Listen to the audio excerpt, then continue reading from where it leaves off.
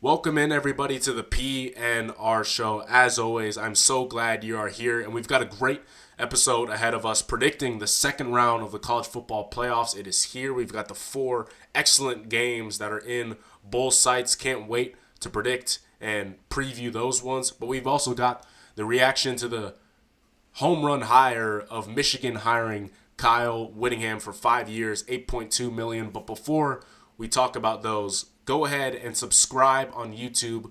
Click the follow button on Spotify, rate and review us on there, and then share this with your friends and family. That'd be greatly appreciated. But let's get into the content of this episode. Michigan hiring Kyle Whittingham. Whittingham retired from Utah just about a week ago, and many thought that was it for him. Like he was done, he was retired. But no, and then the breaking news comes out that Michigan is going to hire him, and this is really what I think is a home run hire, right? I mean, he was the guy at Utah. I mean, coached there for 21 years, won 177 games with them. He is one of the greatest coaches in college football of all time. When he retires, he'll be in the College Football Hall of Fame. He's an incredible coach. He finished 13-0 and won the Sugar Bowl over Alabama with them in 2008. When you think of Utah football, he's the guy. And really, there's no reason why Utah should be a perennial power each and every year. They're a top 15 program. We often see them in huge bowl games and huge matchups, and we see them on College game day because of what he has built in Utah. He's an incredible coach. And Michigan, to be able to hire him this late in the coaching carousel is really a miracle, and credit to their athletic department and everything that they've been able to do, because this was really out of nowhere. I mean, no one expected Michigan to hire Kyle Whittingham. I mean, many thought he was done. He was done with football. He walked away from Utah. He really had no reason to, other than many thinking he was done with the game. But obviously, he's not. And he really fits what the Wolverines want to do. Obviously, the past, and, Biff Poggi, their interim head coach, has said it, the past 2 or 3 years for Michigan has been amidst so much controversy and just ups and downs and a roller coaster ride, when a program like this really shouldn't have that. And when you think about a big program, it should be stability. That's the biggest thing for these huge programs, is they need stability. Well, I think Kyle Whittingham is certainly going to do that for them. And here's 3 reasons why I think he fits the culture of Michigan to a T and exactly what they want to do. Because remember, I talked about this, but when you're hiring a coach in college football, it's not as much about the big names going for the big swing, but it's about who can fit your program. See, we've seen so many times in college football where the biggest name gets hired to somewhere, and it doesn't work out. Why? Because they try to change the culture that makes that program so good. Think about Rich Rodriguez at Michigan, right? Coming from West Virginia, he was an incredible coach. I mean, he, with Pat McAfee and what he did at West Virginia, he took that team to almost a national championship, right? But getting hired at Michigan, he tried to implement this air raid style, and that wasn't and isn't what the Wolverines are. They are a program that prides themselves on toughness. They pride themselves on being gritty and just tough, and that's what they do. Line of scrimmage football game. And that's the first reason why I think Kyle Whittingham is going to fit at Michigan. Think about these Utah teams and what they've had to deal with, right? They haven't always gotten the best recruits. They haven't always gotten the 5-star guys, but what have they always been? They've been solid up front and on the defensive front, the front 7. Right? They've always been just able to move guys around. They've always had huge offensive linemen and defensive linemen, and they've always been able to lean on that. And that's what Michigan wants to do.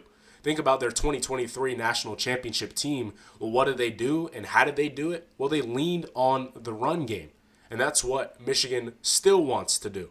They want to lean on the run game, no matter how good of guys they have, in order to compete with the perennial powers. Michigan has to be able to lean on the run game, and that's how they won the national championship. And so Kyle Whittingham has always done that at Utah. He's always been able to run the ball effectively and lean on that and then hit the play action. And really it comes down to not just scheme, but what does the coach do? See, the coach sets the tone of the team. The team can only be as tough and it can only be as gritty as their head coach. And Kyle Whittingham is as tough and gritty as it gets.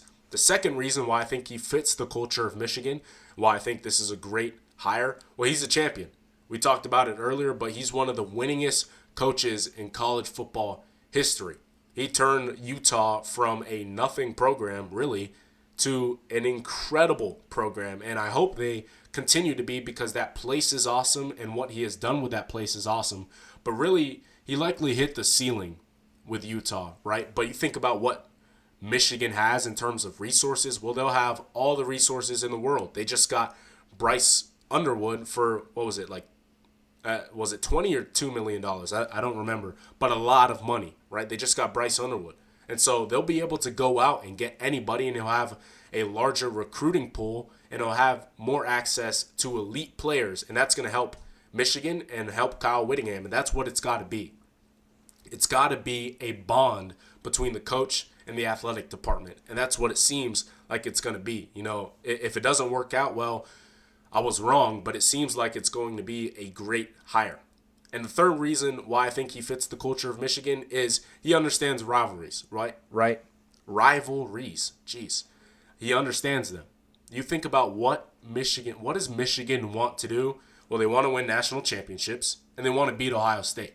That's clear. And it's the same for Ohio State. They want to win national championships and beat Michigan. You know, whether that's 1 and 2 or 1A and 1B, you know, who knows? But Kyle Whittingham understands rivalries. BYU versus Utah, the Holy War.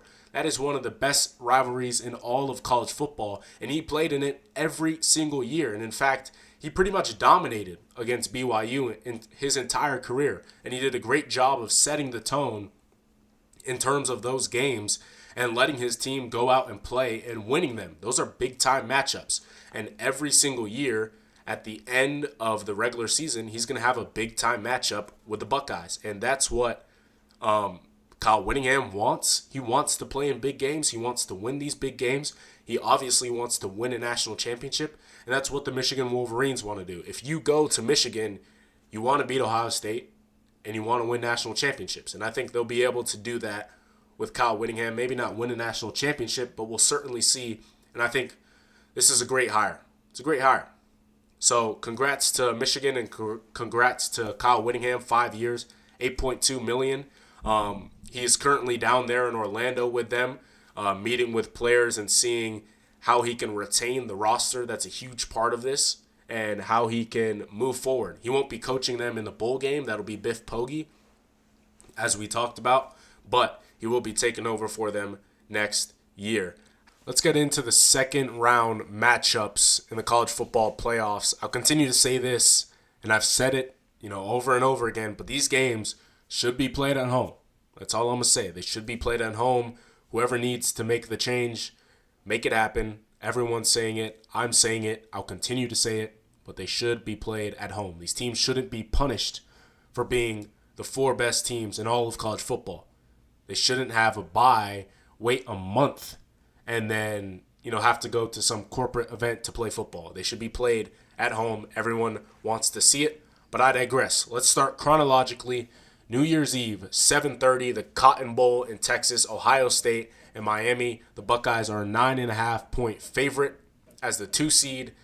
And this one,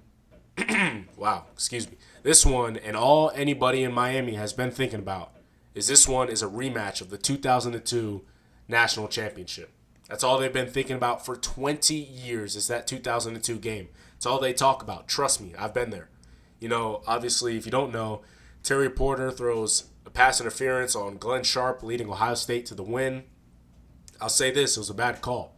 It was a bad call. It shouldn't have been called. Miami should have been national champions, but it's whatever. It's been 20 years. It's been 20 years. In Miami, the reason that they still feel so strongly about it is because they haven't been back anywhere close to that national championship stage since then. It's been 20 years since they've gotten this close, and this is their first time in the college football playoffs.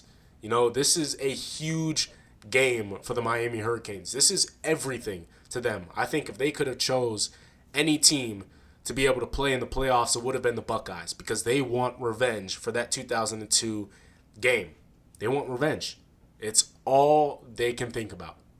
And this is a huge matchup. Miami coming off their 10-3 win on the road versus Texas A&M. They'll have some momentum going into this game. As for the Buckeyes, it's been 25 days since they've played.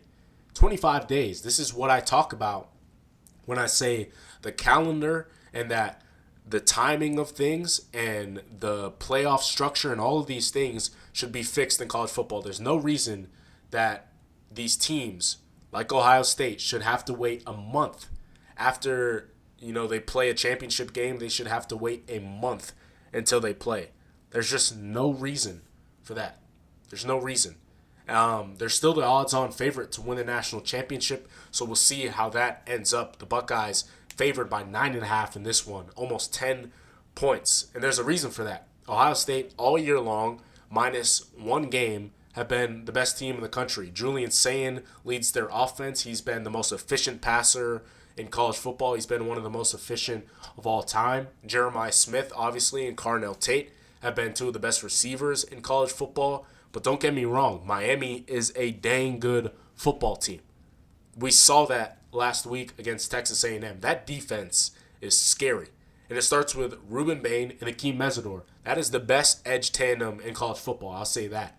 They have accounted for 16 sacks this season. 16. They get after the quarterback. They're ferocious, and they'll probably be, and I won't even say probably, they will be first-round picks in the NFL draft. They are that good, and especially Ruben Bain. He's a disruptor. And this is something that Mario Cristobal wants to do.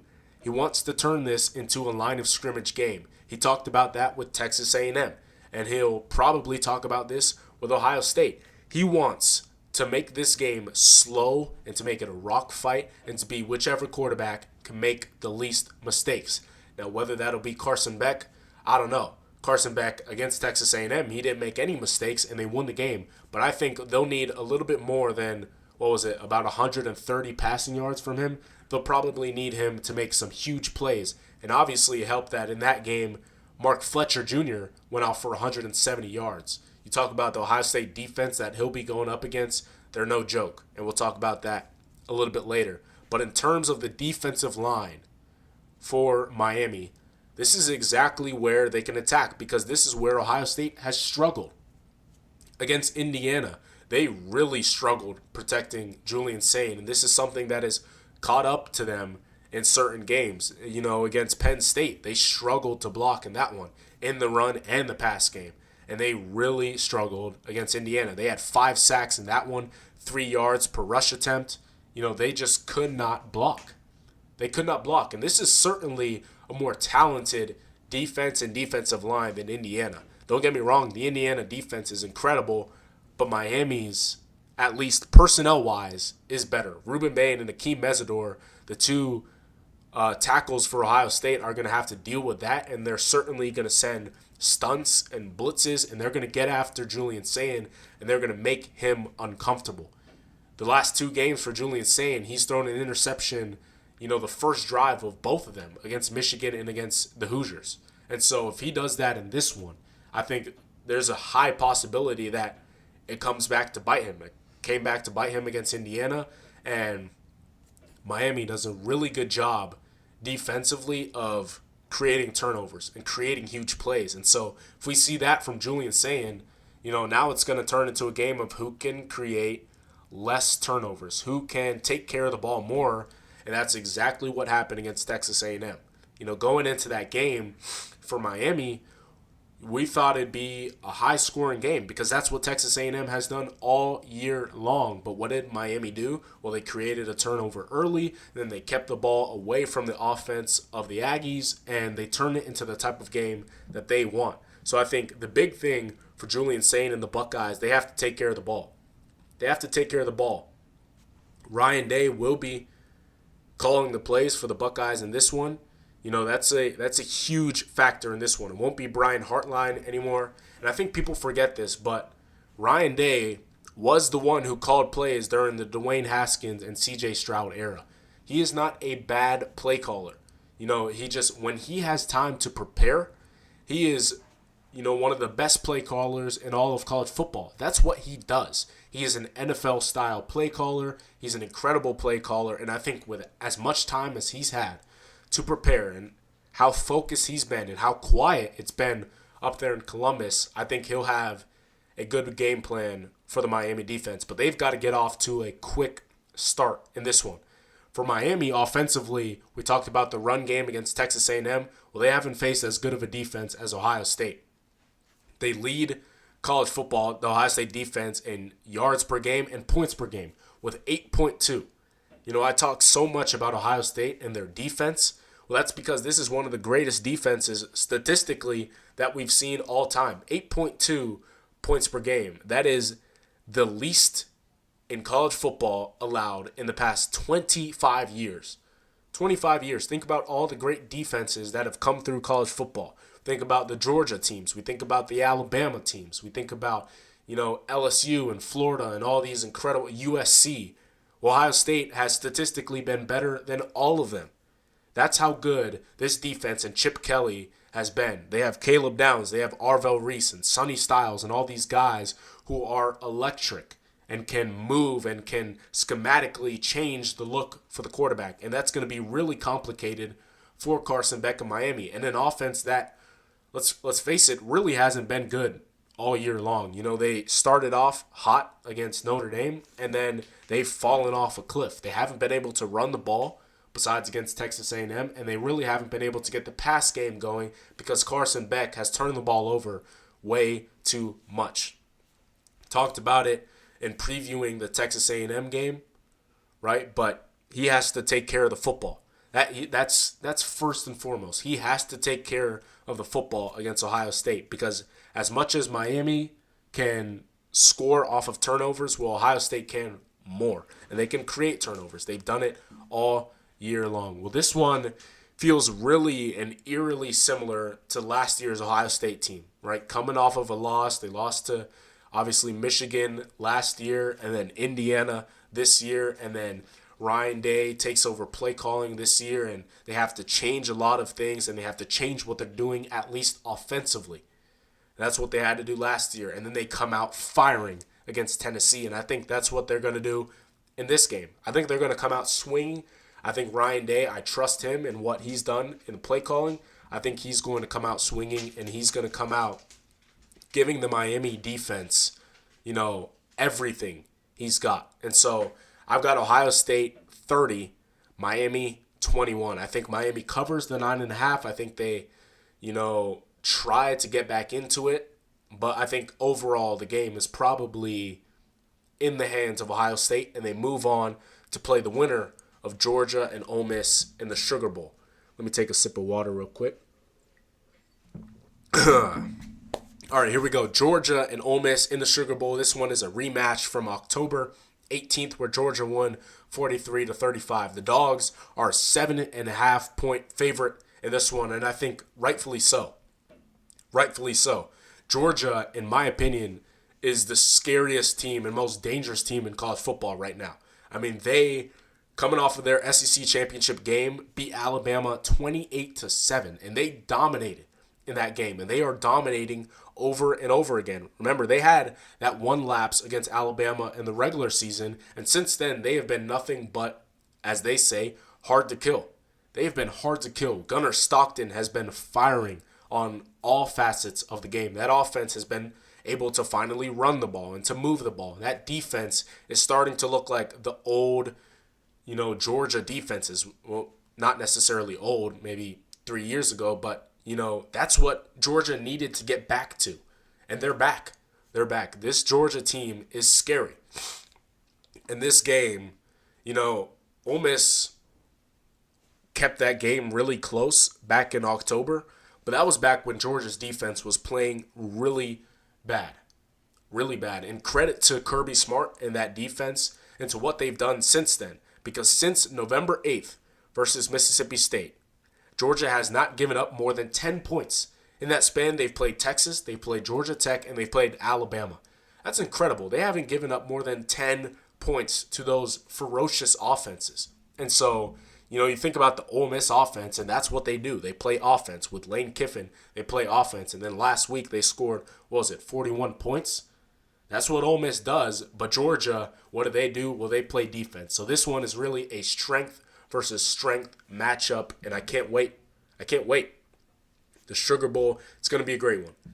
My question is, I talked about it with Ohio State and Miami, but I have the same question is how much of a factor will the extended time off be? Again, it has been 25 days. Well, it'll be 26 since Georgia has played. It has been a long time.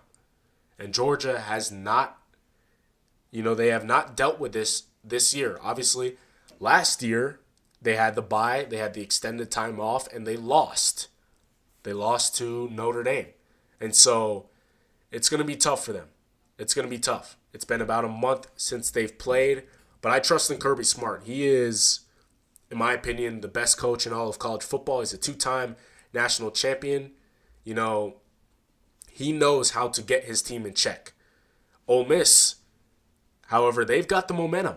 They've got the momentum. We talked about it with Miami, but Ole Miss has the momentum. They felt like they played amazing against Tulane with that environment, and against a good Tulane football team, they played lights out, and now they have the momentum, and now they felt like, well, we already kept it close with Georgia once, and now we get to play them again, and this time on a neutral site, and we get to just give them everything we have, and it's the Pete Golding era. They have all of the momentum, and so this one, again, really interesting. Lane Kiffin leaving Ole Miss was not, I won't say detrimental for this program, but it was a huge loss. It was a huge loss. Lane Kiffin was their primary play caller. He was their primary offensive analyst. He was their primary, checks guy. He was the one who, if he saw something wrong on the field for the offense, well, he made the checks. He made the calls. He made the timeouts. He was their guy. And I think, they still have Charlie Weiss Jr., that is Ole Miss, who was their offensive coordinator. But, my question has always been, when will Lane Kiffin leaving Ole Miss come back to bite them? And I think that's what happens in this one. I just do. I think you cannot replace a guy like that. He is the smartest mind offensively in all of college football. The way he designs plays and the way he calls plays and the way he knows when to call plays has led to, year after year, some of the best offenses in the whole entire nation with Ole Miss. And think about the players he'll have now at LSU. Can't wait to see that. But in terms of Ole Miss, I think Charlie Weiss Jr., I think there's just going to come a point in this game where he has to make a crucial call, where he has to make a crucial timeout, where he has to make a crucial decision, and he just won't be able to make the same decision that Lane Kiffin was making. I think about it like this. Charlie Weiss was the car, right? He was the vehicle of that offense. But Lane Kiffin was the driver. He was ultimately the one who made the decisions. And so when you replace Lane Kiffin with a different driver, with one who's not going to be able to, make that decision at the last moment, I think that's going to come back to hurt Ole Miss. We'll see. But against that Georgia front seven, there's going to have to come a point where they are going to have to schematically get guys open, because Georgia is going to come after Trinidad Chambliss, and they're going to make it confusing, and they're going to change up the looks for him. And Trinidad Chambliss, this is his first time in a game as big as this. He played really well against Georgia, but again, that Georgia team was not as good as the Georgia team we have now. And so I think how this one is going to play out, I think it's going to be a fast Ole Miss start with the momentum that they've had. I think, Pete Golding and Charlie Weiss are going to try to create some plays early, and I think they will. And then I think what we've seen all year long from Georgia and what we will continue to see is I think they come back and I think they pull away, and I think the final score will be Georgia 34, Ole Miss 30. So I still have Ole Miss covering the 7.5. We'll see how that works out, but I think the Georgia Bulldogs will go on, and then in the third round we'll have Ohio State and Georgia. What a game that's going to be. How about the Rose Bowl? By the way, I think this one, the Rose Bowl should be the national championship game. When you think about college football, through all of its history and through all of everything that's gone on, the Rose Bowl is the premier game. It is the granddaddy of them all. It is, just the best environment in all of college football. You think about the sunset, you think about the stadium, you think about the fans split and divided at the 50-yard line. It's incredible. It's everything you can ask for. The players holding the rose in their mouth after a win. That's what the national championship should be every single year. Every year. And I love that Joe Klatt said it, and I really hope it eventually happens. Probably won't. There's a lot of money that goes into college football, but I think with the way we're moving, we're going to have to eventually change and probably get rid of bowl games. But this one should stay. It is, when you think about a bowl game and one that has survived the new transfer portal era, it's the Rose Bowl. But I digress. In this one, the number one seed, the Indiana Hoosiers, are 6.5-point favorites. I said that right. 6.5-point favorites versus the Alabama Crimson Tide. Can you believe it? Indiana is almost a touchdown favorite versus Alabama on a neutral site. This is Indiana's first Rose Bowl since 1967, and they're led by the Heisman winner, Fernando Mendoza. And obviously, Curt Cignetti, their head coach. What a season it's been for the Hoosiers. Undefeated up to this point. They beat Oregon. They beat Penn State in that absolute thriller. Omar Cooper back of the end zone. And then they beat the Ohio State Buckeyes in the Big Ten Championship. And this hasn't just been a Cinderella run for Indiana, even though it feels like it. This has been a run. This is a national championship team. They have done an incredible job. And Mendoza, I think he should be the number one pick in the NFL draft. He's been incredible. He makes the plays when they need to be made, and he does the right thing when it needs to be done. He can run, he can throw, he can get off platform, and he can make throws. He has the arm and he has the mind. I really think that's what makes him so great, is he has the mind of an elite quarterback, and he has the frame as well. He's a tall guy. He's 6'4". He's big. He's just an absolute captain of that offense. And like Georgia, it's been a month since Indiana has played. It's been a month, and so the question is that going to come back to bite them? Indiana, unlike Georgia, they don't have the experience, the playoff experience that Georgia does. Georgia last year had the bye, and they've been in playoffs and they've been in championships ever since Kirby Smart went there. Indiana hasn't. This is their first time going to the Rose Bowl, again, since in 50 years. This is their first time really in this big of an environment, in this big of a game. Even last year, going on the road to Notre Dame, that was huge for them, and they lost. They got clobbered. And this is far bigger than this one. This is the second round of the playoffs. This is against Alabama. You think about college football, well, the Alabama Crimson Tide is who you think about. This is it. This is it for Indiana. And so my question is, how are they going to adjust to the time off and the travel?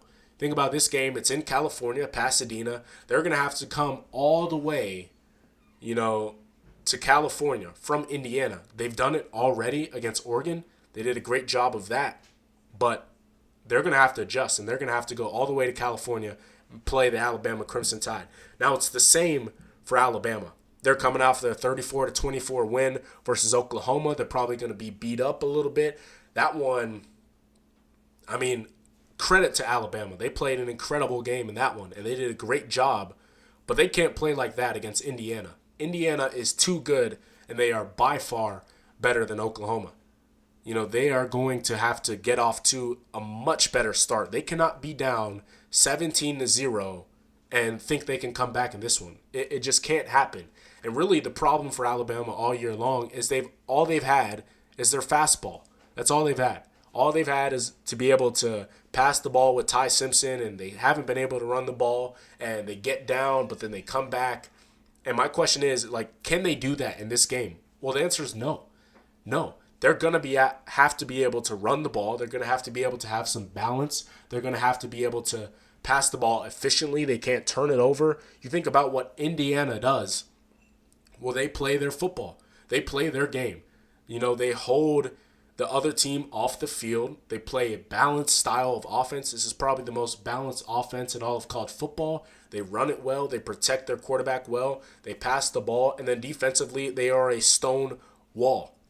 Their defense is incredible. And so tempo-wise, Alabama can't go down like that. Oklahoma is a fast-paced football team, and they went down the field and they scored quickly. But, that allowed Alabama to get back on the field quickly. But Indiana is going to keep the offense off the field. And Curt Cignetti, he's done a great job of that. He's done a great job of it all year. That's what they did against Ohio State. They kept that elite offense off the field. So they're going to do the same for this one. And so, I think Indiana is the best team in the country. Point blank, period. They beat Ohio State. They beat Oregon on the road. They beat Penn State.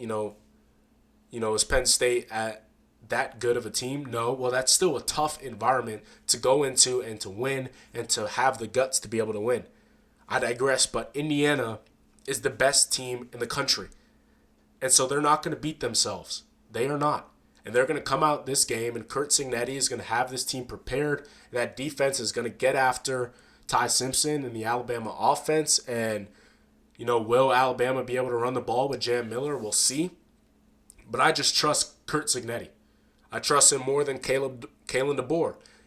I think the talk and the rhetoric that Kalen DeBoer should be fired, I think that's ridiculous. Whether or not he wins this game or not, he shouldn't be fired. No way. He's done a great job of taking this Alabama program that was kind of shaky with Nick Saban at the end there, and he's done a great job of keeping them as a playoff team. But let's be real, they've been inconsistent. And all they have this year is their fastball. And so I think the Indiana Hoosiers win, and not only do they win, I think they cover 27-17. The Indiana Hoosiers go on to play the winner of the Orange Bowl, Oregon and Texas Tech. Ducks are a 1.5-point favorite in this one against the Red Raiders in the Orange Bowl, and this is what I think is the most intriguing matchup in the second round. This is the closest spread. This one, I think it's really a, X's and O's type of game. It's who's really better. And this is one of those matchups where you don't see a lot of it, right? You don't see a lot of Big 12 versus Big 10 matchups. And then when you put them out on the field, it's really a clash of styles. You think about the style of Oregon. Well, they want to be fast-paced and Dan Lanning, and they're kind of, new school. Well, guess what? Texas Tech is new school too, right? They're a new program, but they've been around a long time, and what they've done in Lubbock, and they're a very rich program, no pun intended. But Texas Tech has done a great job of building their program, and their head coach has done a great job of building their program. Done a really good job. But this one, super intriguing to me, super intriguing. And I think Texas Tech is in the exact same scenario that Oregon was in last year against Ohio State. Think about it. Oregon is this kind of pissed off supernova of a team with an incredibly talented roster, with a 15 mil plus roster, who, plays in the first round, and then they have the momentum, and they just, they feel like they've been disrespected and they lost games that they shouldn't have, and then they're going against a team in the second round, and that team is just kind of, waiting there, and they've been waiting for a first time or for a long time, and this is the first time that Texas Tech has been in this scenario. They haven't been in a playoff environment like this. We talked about it with Indiana, but this is the first time that Texas Tech has been in this big of a game, and specifically that they've had to wait this long since playing football. They have no idea what the playoffs is like and what the 12-team playoff is like. Oregon does. And, on paper, Texas Tech is the better team. Statistically, does that hold up because they've played against the Big 12? That's the question. But Texas Tech, they're second in points per game offensively, third in defensive yards allowed. They have the Butkus Award winner, Jacob Rodriguez. They have Cameron Dickey and Jacoby Williams, who lead one of the best run games in college football. On paper, this is an elite football team. And I do think Texas Tech is an incredible football team. Don't get me wrong. I just think their stats probably don't hold up against teams in the Big Ten and the SEC. And I think this is kind of what we're going to start to see when we talk about these super conferences as well. We have these super conferences and we have teams that play against them and they lose some games, right? But they've been tested. Oregon has been tested. They played Indiana. They played USC. They played Iowa. They've played the big games. They've played in the playoffs already. Last year, they played the huge games against Ohio State twice. So this team is tested. Dan Lanning has been here before. Texas Tech hasn't. Their biggest games have been BYU twice and Utah on the road. And don't get me wrong, Utah on the road, that's one heck of an environment against Kyle Whittingham, who we talked about earlier. That's a tough environment, but it's nothing like playing these Big Ten teams and playing these national, powerhouses. That's not what Utah and that's not what BYU are. And so Texas Tech, they're going to have to throw the kitchen sink at Oregon. For the Ducks, Dante Moore, he's likely going to be a top 5 pick in the NFL draft. And Dan Lanning, again, one of the best coaches in all of college football. He comes from the Alabama tree with Nick Saban, and he's done an incredible job. He's probably my favorite coach in college football just because of the guy that he is and how he holds himself and the pride that he has in his football team and how he carries himself. He's an incredible leader of men, and he's done an incredible job at Oregon. But they haven't quite gotten over the hump, and that hump is winning a national championship. It'll probably be coming soon, but Oregon needs a national championship. They want a national championship. They've never won one. They've gotten close, but they've never won it. DeCorian Moore, he came back last game, and we'll see if Evan Stewart comes back for this one. He's been out all year for them. He's coming from Texas A&M. He was a huge story in the offseason, Evan Stewart. And then he got hurt and wasn't able to play all year long, and nobody thought he was going to be able to play. But he's done a great job, and those folks down there at Oregon have done a great job of, getting him back to health. And we'll see if he's able to come back. I don't know. But having DeCorian Moore and having Evan Stewart back would be huge for them because all season long, and really since DeCorian Moore got hurt, it's been like they've had 3 receivers on their depth chart. 3. They've had Malik Benson and they have 2 other, way down in the depth chart guys. And they still have Kenyon Sadiq, who is one of the best tight ends in all of college football. But a tight end can't be your primary pass catcher. It just can't. It doesn't work that way, and it won't ever work that way. You got to have receivers on the outside who are able to take the pressure off of the tight end, and then your tight end can get open. But, I think this game is going to be close. I think it's going to be just as close as the spread says. The reason for that is because I think Texas Tech is that good. I think a lot of people have written off the Red Raiders because, they're a Big 12 team. Well, listen, I trust them. I'm not looking at just their helmet, but I think that defense, that front 7 specifically, is the best, probably the best front 7. Well, I won't say that, but they're a top 3 front 7 in college football. They are certainly up there. Jacob Rodriguez wreaks havoc. He causes plays. He makes plays. And he causes turnovers. He is incredible. And that defensive line gets after the quarterback. There's just certain things that no matter who you play, they pretty much translate. And a linebacker as good as Rodriguez, he'll translate in this one. For Oregon, they've been great offensively. They scored 52 last week. They scored 52. And they've been running the ball much better than they previously had in the season. And so, again, strength versus strength. The Oregon offense versus the Texas Tech defense. This one is the better roster versus the better on-paper team. So who won? Who wins? Who wins? I think Oregon wins it. I think it's going to be a close one. I think it's going to come down to Dante Moore on a game-winning drive, and I just trust him and what he's been able to do. Remember, he almost, he was the Heisman favorite and the Heisman front runner, in the beginning of the season, and then things kind of, fell off when they lost to Indiana. But he's an incredible quarterback, and he's probably going to be a top 5 pick in the NFL draft. And so I trust him more than I trust the offense of Texas Tech. I trust Dan Lanning more than I trust the coaching staff at Texas Tech. I trust where the Ducks have been, rather where Texas Tech is. So I think it's going to be close. I think it'll be Oregon 23, Texas Tech 21, and the Ducks will face Indiana in a rematch in the Peach Bowl. So let's go over the picks that we had. Ohio State 30, Miami 21. I think Miami covers the 9.5. We've got Georgia 34, Ole Miss 30. Ole Miss covers the 7.5. Indiana 27, Alabama 17. I've got Indiana covering that one in the Rose Bowl. And then Oregon 23, Texas Tech 21. Obviously, Oregon covering the 1.5. Well, that's it, folks. Thank you so much for listening. And again, if you could subscribe on YouTube, click the follow button on Spotify, share this with your friends and family. And if you are listening to this, I appreciate it so much. But hey, I hope you enjoy the New Year's Eve and the New Year's games. Happy New Year's to everyone. And listen, it's been a great season of college football, and it's only going to get better. We'll be back next week.